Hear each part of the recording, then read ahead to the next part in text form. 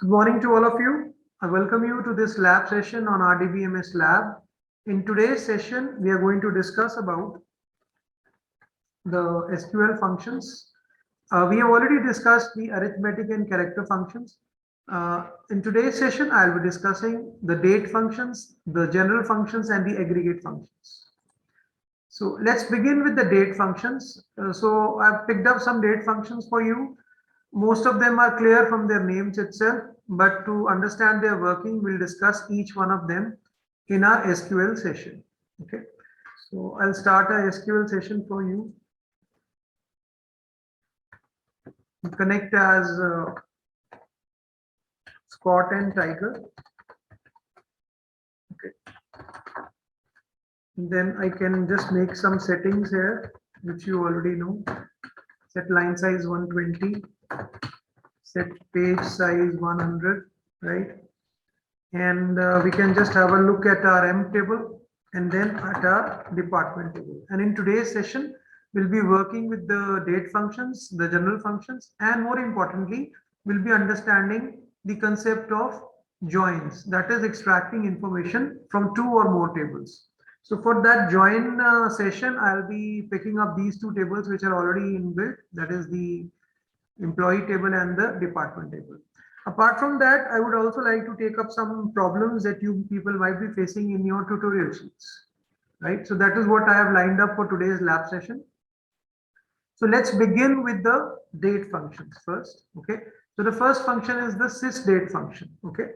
So as the name suggests, it will display the system date, right? So if I write here, it displays the system date and time, right? But let's see if I write here only sysdate, then what it displays.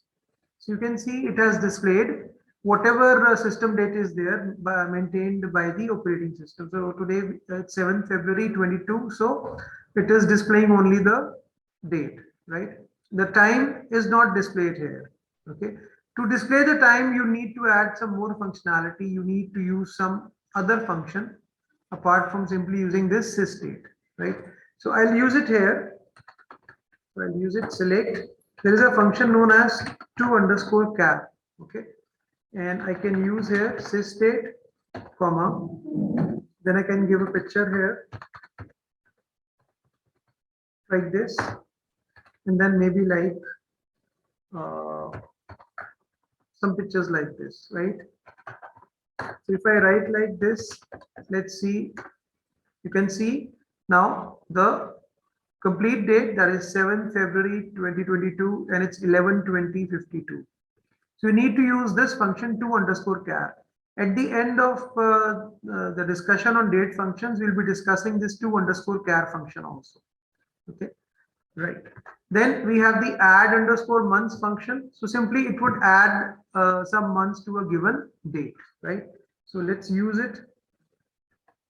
We just use the editor here. And I can use this function add_months.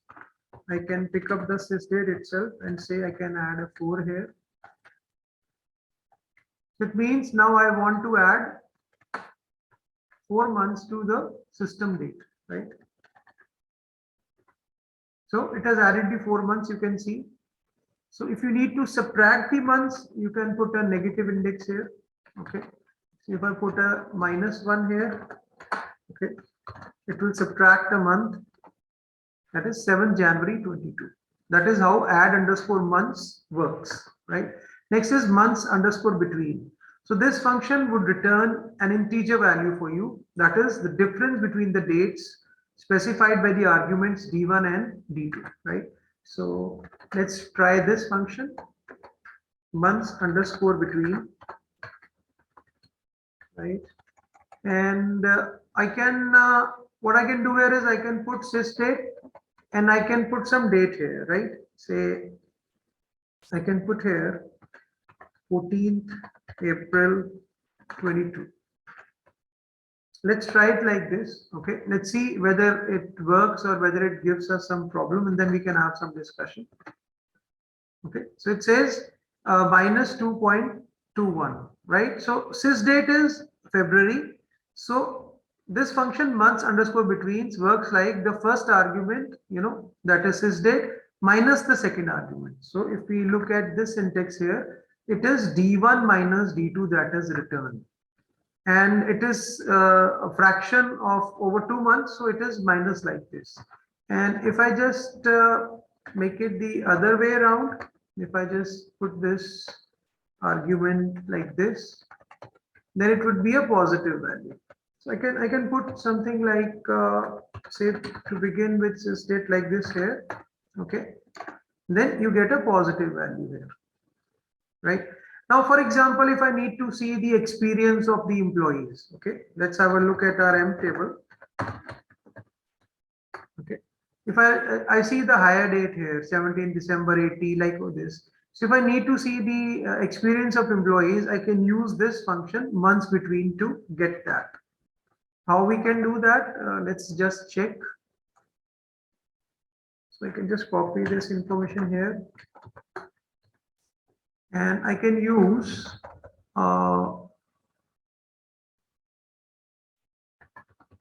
sysdate,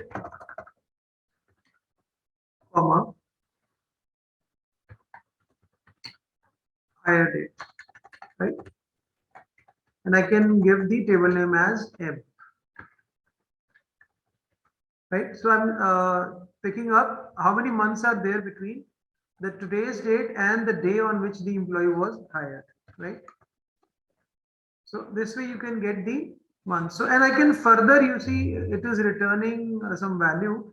I can further convert it into years, right? So maybe I can do /12 here. This would be the years. Okay, so you can see the employee experience in years, 41 years, 40 years, like this, right? So this is how you can use this months underscore between. Remember, it is second date is subtracted from the first date. So if first date is earlier than second date, then it's a negative number. If it is later than second date, then it is a positive number. Okay. Then next function is last underscore day. Okay. Let's use it. Select last underscore day, and then we are supposed to give a date argument. So let me write here sysdate.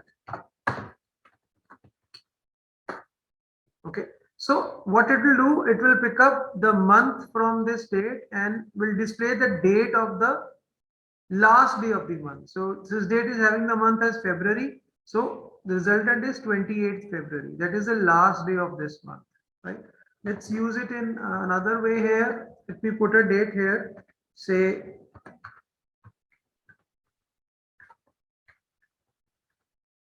let me put a date like this. Okay.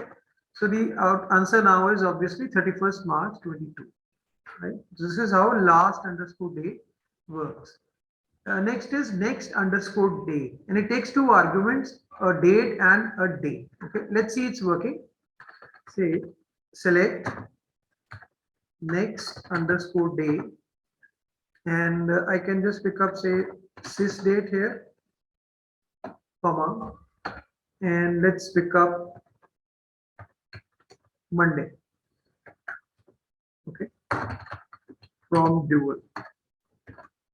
Okay, so now what this function is checking here is that at today's date, after today's date, what is the date on which the next Monday comes? Okay, so the next Monday comes on 14th, right? That's why it is showing that day as 14th February. And if I just make it say Wednesday here, okay, if I make it Wednesday here, so after today's date, the Wednesday is day after tomorrow, and that day is 9th of February. So this would return 9th of February. That is what is the meaning of this next underscore day function. And the last one is to underscore char. We have already seen it's working. Let's work around, you know, to underscore char is used when you need to extract character information from your date, right? I repeat, when you need to pick up some character information from your date. So it is converting this date field into a char field. Okay, so to underscore char. Let's work with sysdate. Okay, then you can display it in different formats. Okay, the second argument here is a format. Okay, which you must enclose in single quotes. A lot of formats are there. Okay, so maybe I can just pick a format here as RM. Okay, this stands for Roman month. Okay, so if I write it here, you'll see the Roman month out of the given date. Okay, the Roman month out of the given date. Then I can play around, I can do so many things here. Just note a few things here. Say if I write here day, okay, this will extract the day of the week, the 3-letter day of the week. So today is Monday, so it will pick up MON, right? Kindly note, it will pick MO, okay, day picks up the full day, okay, day picture picks up the full day, okay, and if I make it a lowercase day, just note the change in the output. Now it's a lowercase Monday, okay, and if I make it a fully caps like this, okay, then it will give you a output in all caps. Similarly, if you want to display a 3-character day, so you can use a picture dy. Okay, this will display the 3 characters of the day of the week with the first character as capital. Okay, kindly see. Okay. Similarly, if you use here a lowercase t, then it will display like this.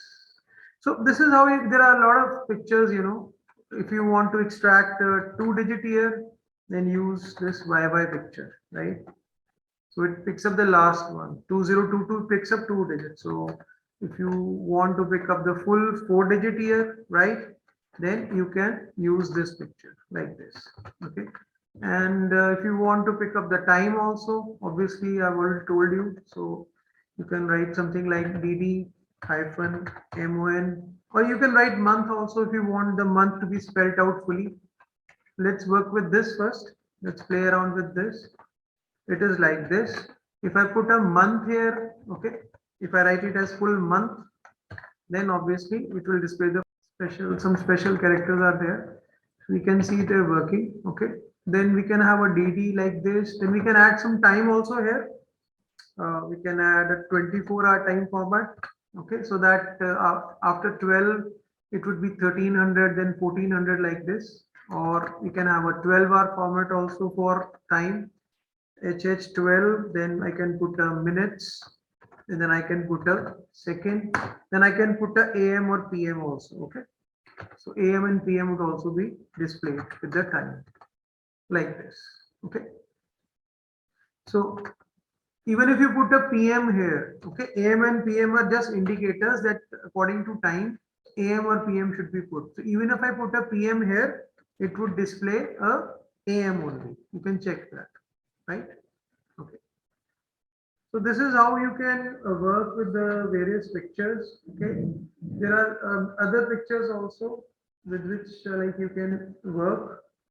I've picked up the ones which you would be using in your queries. Okay, so when we actually work with some tutorial sheet, then I'll be discussing these pictures with you. I'll also share a table of pictures with you, right? The next is our general functions. Okay, before I go to joins, next I'll discuss with you the general functions. So they are some commonly used functions plus 1 or 2 special functions I'll discuss. So we have the function greatest. Okay, so select greatest. I can put some arguments here. Okay, so it will pick up the greatest value, right? Similarly, we have a least function here. Okay, a least function here. It will pick up the least value. So greatest and least. Then we have a UID function. Okay, and a user function. Let me just pick up the simple ones first, and then I'll discuss some other functions with you. So we have select UID from dual. So this is the special ID that is granted to each user. So for Scott it is 48. And if I use say select user, then the name of the user is displayed.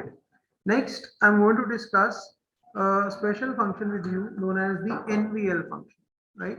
That is a null value function. Okay.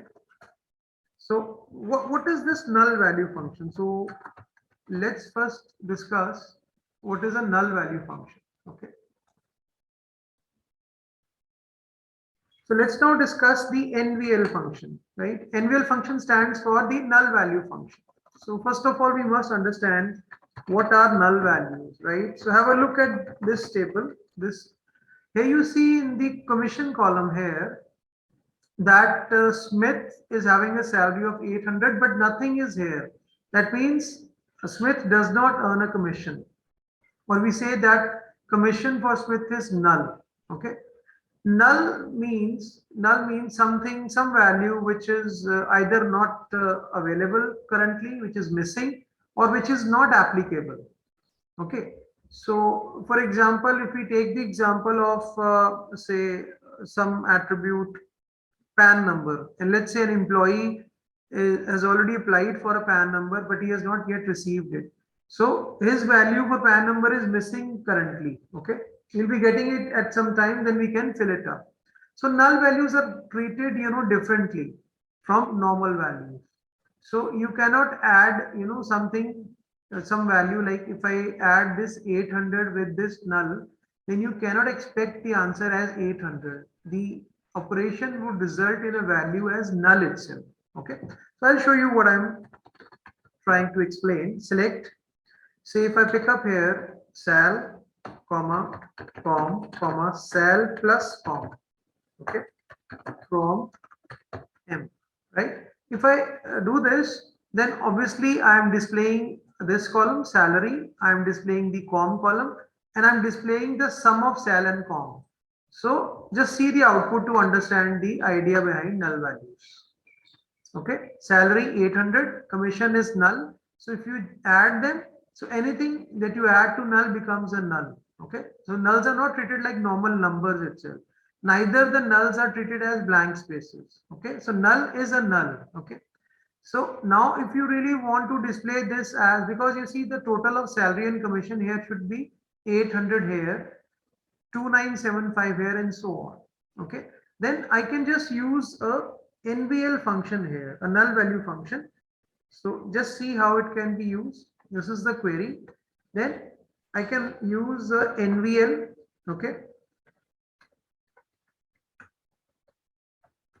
form is having null values. Okay, so just use this. This means that I want to add salary to this commission. This NVL function, it will check that if the value of commission is there, it would be added to salary. If the value of commission is null, a 0 would be added to salary. Okay, I hope you understood the NVL function here. Okay, see the output now. See the use of NVL function here. So NVL function, there are other variants of NVL function also. I've just discussed one with you. NVL function, so what it will do, that if the commission is available, if it is not null, it is added to salary, right? And if commission is null somewhere, then its value is substituted as 0. So in the first one, 800, commission is null, so 0 is added to this salary, so that it becomes 800, right? Compare this output with this output when you don't use a NVL function.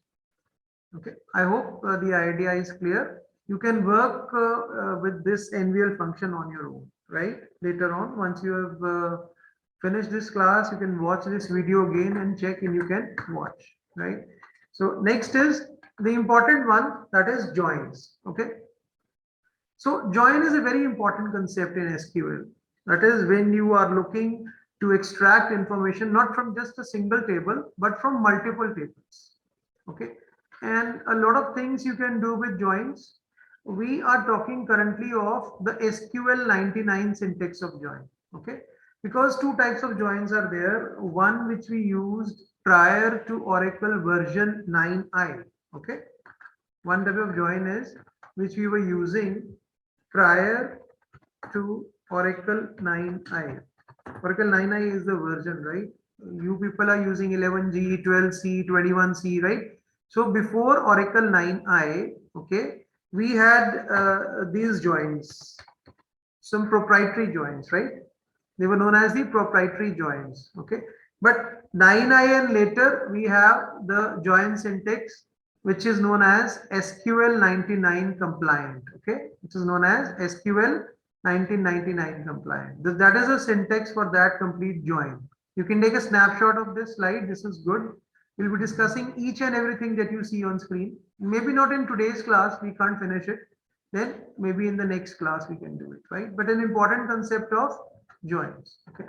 So I told you I'll be using these two tables for join to begin with. That is the emp and the department table, right? So I've just described both these tables for you, the emp and the department table. Now join can be made when you have something common in two tables. So you can see that this department number of the emp table, okay, and is also existing here in the department table. So you can join these tables on the basis of this. So first I'll discuss the old join syntax with you. Okay, the join syntax which was prior to Oracle 9i. Okay. So how do we write it here? Select. Okay. Then you can write the columns that you want to display from both the tables. I want to join this table M with this table department. So I can write here select. Then maybe I can write here emp number, comma, ename, comma, department number, comma, d from emp, comma, department, where I can write something like this. I'll explain to you what it is. Okay. It will give you an error when we run it. Okay. It will give you an error, but let's first diagnose it. That when you're joining, then it's like a usual join is like a usual select statement where after the select you want all the columns that you want to display from both the tables. You can use a star also. Okay. Then with from, okay, you write the tables which you want to join. So there are two tables, separate them by commas like I've done, emp and department. Okay. And then something important is there is some join condition. Okay. So if you are joining two tables, listen carefully. If you're joining two tables, there should be at least one join condition. Okay. This is known as the join condition. Kindly note this thing. This is the join condition. Okay. So let's run this query first. Okay. So here it says column ambiguously defined. It's because the Oracle engine is not sure like department number to pick up from either the department table or the emp table. So a column which is common in tables must be qualified by, preceded by a table name. So either you can write emp here, okay, or you can write department here. It's one and the same thing. So you should write this query like this. Now what will happen? We already have information about the employee number, ename and department number in emp table. But we want to see the department number. What is the name of that department? That is why this join we have written. Okay. So if you write it now, you can see that emp number, ename and department number, and this department number 10 is having the name as account. Okay. See the effect of this join here. So this join is there and this particular portion is the join condition. So if you have two tables, then minimum one join condition. If you have three tables, then minimum two join conditions. If you are joining n tables, then minimum n minus one join conditions. You can have additional conditions also. For example, and you can write something like emp dot department number is equal to 20. Okay. So this and now you just want to restrict to department number 20 only. Okay. So here this is the join condition. And this is the additional condition. You can have any number of additional conditions, right?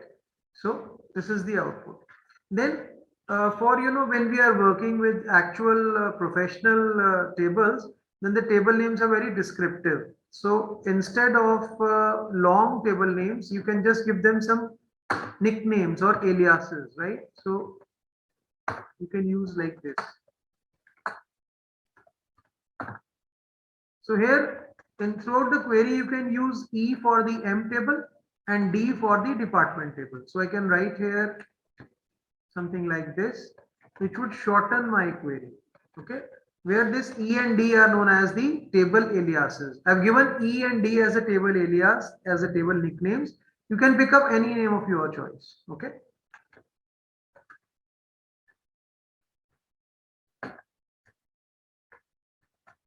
like this. So if you're using an alias, you need to use it, mention it everywhere, right? Kindly see this.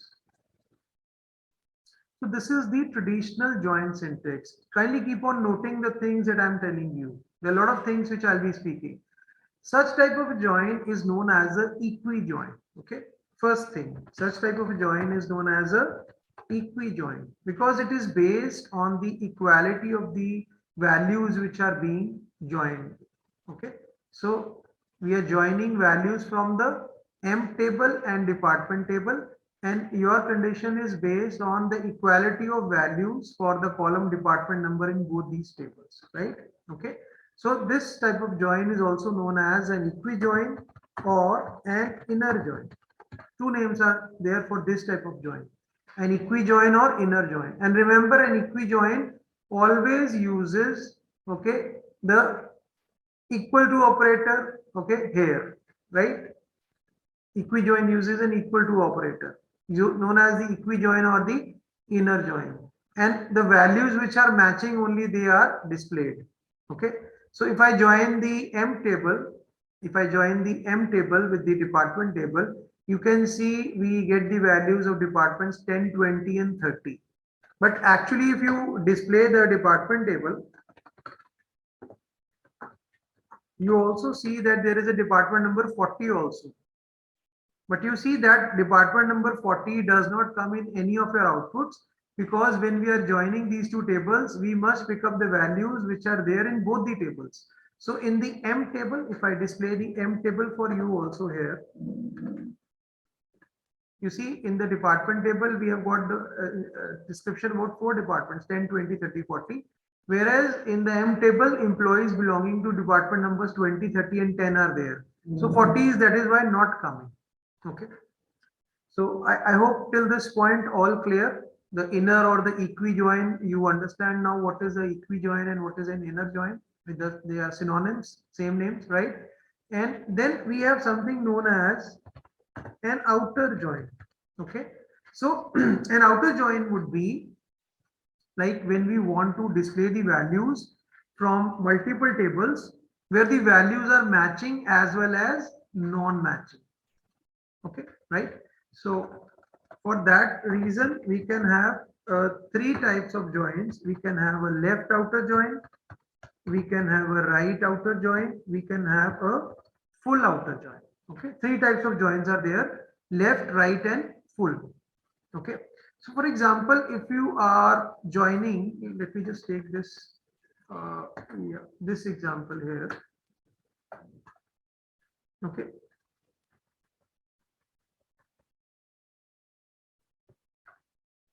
So let me write this query for you. Okay. First, let's write and then. Okay.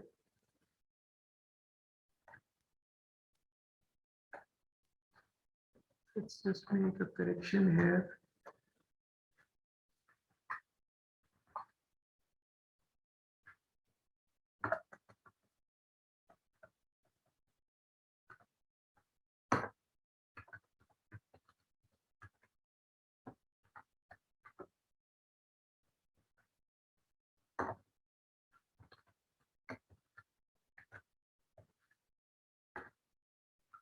Okay. So here you see now the value from this table also comes, department table. Okay. Right? Understood? When you join these two tables, I'm using an old syntax. So for this outer join, I just told you for this outer join, the plus symbol is used. Okay. And plus is put towards the table which is deficient, So when I write plus here with the on the M side, okay, then this means that there are no values. When there are no values for the M table, the extra values will come from department table.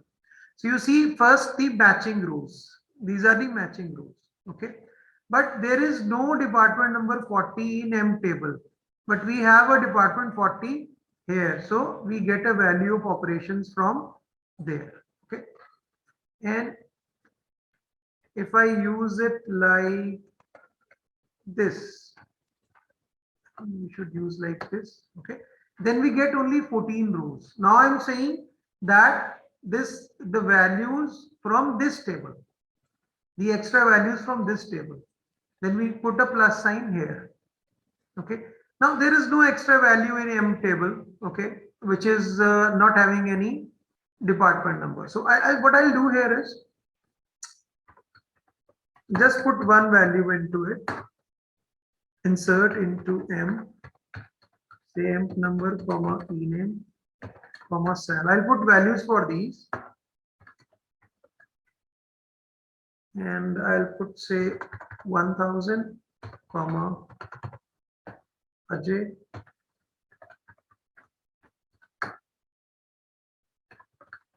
So I'll just display this values of M table. Now you can see, just let me just make this outer join clear to you. See here in this table, there is one value 1000 Ajay, which is not having any department number. So this is non-matching from here, and this is non-matching from here because there is no 40 department number here. Okay, and there is a employee who's not having any department number. So let me first run this query. This one, right? So here I'm saying that if there is no department value table here in M table, its corresponding value from here should be displayed. So here we'll have 14 matching rows and this non-matching row. Kindly see the output. And if I use this query,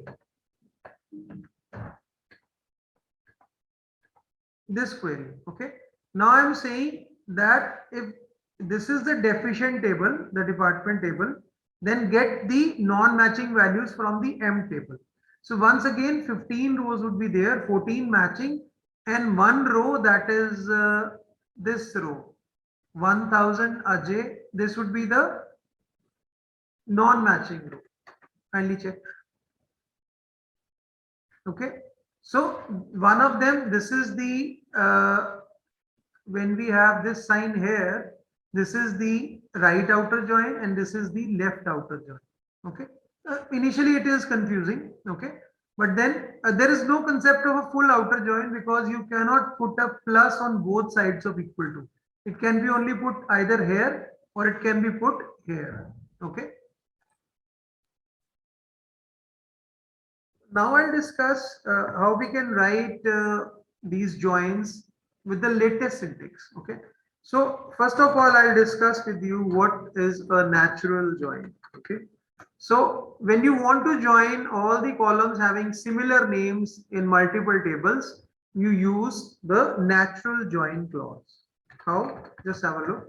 Select, say, emp number, comma, ename, comma, department number, comma, dname from M natural join department. So here you are not writing any join condition. Okay, you are not writing any join condition here. Okay, you simply write M natural join department, and what happens, whatever the common columns are there in this table and this table, a join on the basis of that is made. So you can see that this is equivalent to your equi-join here because only two columns are matching, that is department number in M and department number in department.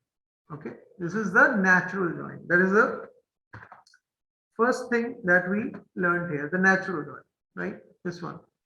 So it is, the syntax is select column names from table 1 natural join table 2, right? Then you can also specify some column name, like if you are having tables which are having many columns with the same name, we can get confusing results. Okay, so if you just want to specify the column name on which the join needs to be made, then you can use the word join and the using clause. Okay, note this syntax. Okay, select temp number, comma, union, the same is there. Now the word join instead of natural join. Okay, so natural join joins naturally. It will just pick up, join all the columns having similar names in both the tables. Here you are telling that you need to join emp with department on the basis of equality of this column name, department number. Okay, so you don't specify any condition here. You just use this using clause and then you write the column name here. So once again, we get the 14 rows which are matching. See how easy this syntax is, right? You don't write the join condition here. Sometimes if you wish, you can write the join condition also, right? So there you will use the on clause. Okay, then you will use the on clause. There you need to write something like this. This is the third way of using this. Okay, and this will give us an error. Okay, I'll tell you why. I've kept this together, both these things. When you write it like this, kindly note, okay, there is no error. That means when you are using the using clause along with that column name that you give here, okay, there is no error. Okay, and you don't have to qualify the department number with the table name. It is clear, it will pick up the department number automatically, no problems, right? But when you use the same join here using the on clause where you mention a condition yourself, okay, this will give you an error that column is defined ambiguously, some error, something of that sort. Yeah, column ambiguously defined, because when you're using the on with the condition, then you must specify the table name before this department number because it is occurring in both the tables, right? So what correction do we make here? I can maybe put some table name here. I can put department. Now you'll get the matching rows. Kindly make this note this change, please. So I've gone with three ways so far. One is the natural join. Okay, this is done without any condition. It will join all the columns having similar names in both the tables. Then if you want to join on a specific column, you mention the column name in the using clause. Okay, and there is no restriction how you mention the columns which are occurring in both the tables. For example, department number here, it should not be qualified or preceded by any table name. And similarly, when you use it with an on clause, in an on clause, you don't write the column name here, you write the condition here on which the join needs to be made. And the columns which are occurring in both the tables must be preceded by the table name. Otherwise, it gives you an error, column ambiguously defined, right? And this is the correct way. Okay, fine. So we have covered these things, the natural join, then join using, and then join on. Okay, now let's work with this left, right, and full outer join, which was a bit confusing earlier. So let's work with that. So I can write here left outer.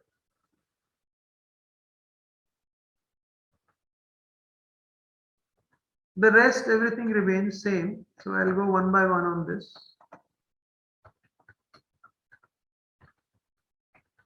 Like this. Okay. So now what I'm doing is I'm doing a left outer join. That means emp is written on the left, you can see. So now matching values from emp and department and non-matching from emp, because this is a left outer join. Okay, see the output. Some word is missing.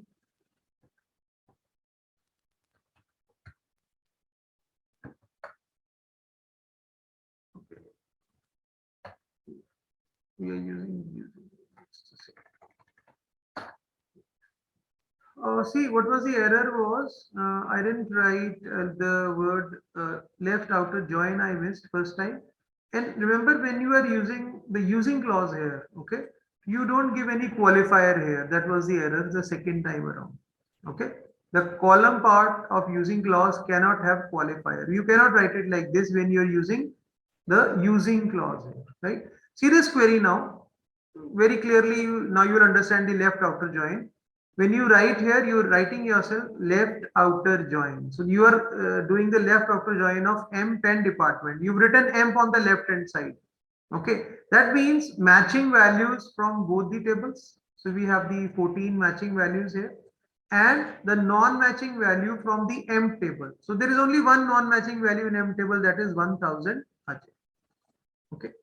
Let's now see the other variation here. Let's do the right outer join. Too simple. Now the table on the right side is department. So it means matching values from M and department and the non-matching from department. So see the output. You see the output here. Okay, these are the null values here from the M table and the two values from the department table. Right. And then something which we could not do in our normal join. Okay, it can be done here with the full outer join. Right. So full outer join means matching values from M and department, that is 14, one non-matching from M 15, one non-matching from department 16. So see the output to understand the full outer join. You've got 16 rows now, 14 matching, okay, one non-matching from M, one non-matching from department, because we are using the full outer join. Okay. So that is how we use the outer joins using the SQL 99 compliant syntax. So that's all for today's class, and in my next class with you, I'll just have a review of the joins, and we'll be working with the subqueries in our next lab session. So till then, keep watching my videos. Thank you very much.